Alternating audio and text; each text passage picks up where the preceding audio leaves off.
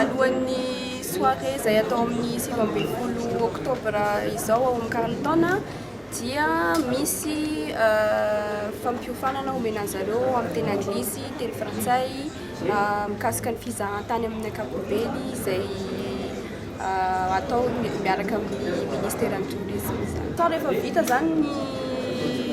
soirée, ilay ambassadrice tourisme izay olany io tsy maintsy ameny fiofanana ihany koa anamafisana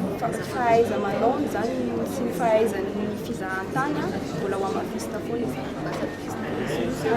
anao tour du monde izy amin'ny alalan'ny salon rehetra izay andraisan'ny Madagasikara anjara, salon de tourisme professionnel any an-dafy zany dia andray anjara izy miaraka amin'ny ministèren'ny fizahantany. Inona fa dingana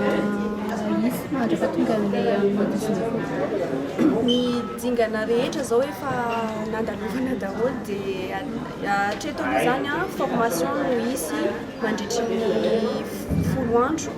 izay omena ny candidaty rehetra mba hiatrehan'ilay soirée finale amin'ny 19 octobre. Tanjona amin'ilay misy tourisme Madagasikara zany dia ny hifidianana ny ambassadeur logistique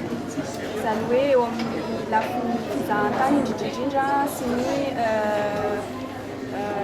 fiarovana ny tontolo iainana. Io zany tena imasoan'ilay ambassadrice tourisme izay lany eo. Dia rehefa lany zany izy dia manao promotion ny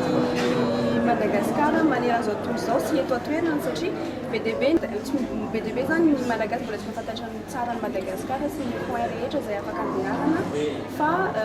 raha atao ohatra zao dia mety hoe nosy be fotsiny zao tena fantatry ny olona miaraka amin'ny hoe Juliard na ohatran'izay nefa raha ohatra ny Diego misy spot be dia be mbola tsy fantatry ny malagasy dia rehefa miasa zany ilay misy tourisme Madagasikara izay lany eo dia manao promotion reny toerana izay mbola tsy fantatry olona reny sy manao promotion koa ny sakafo malagasy ny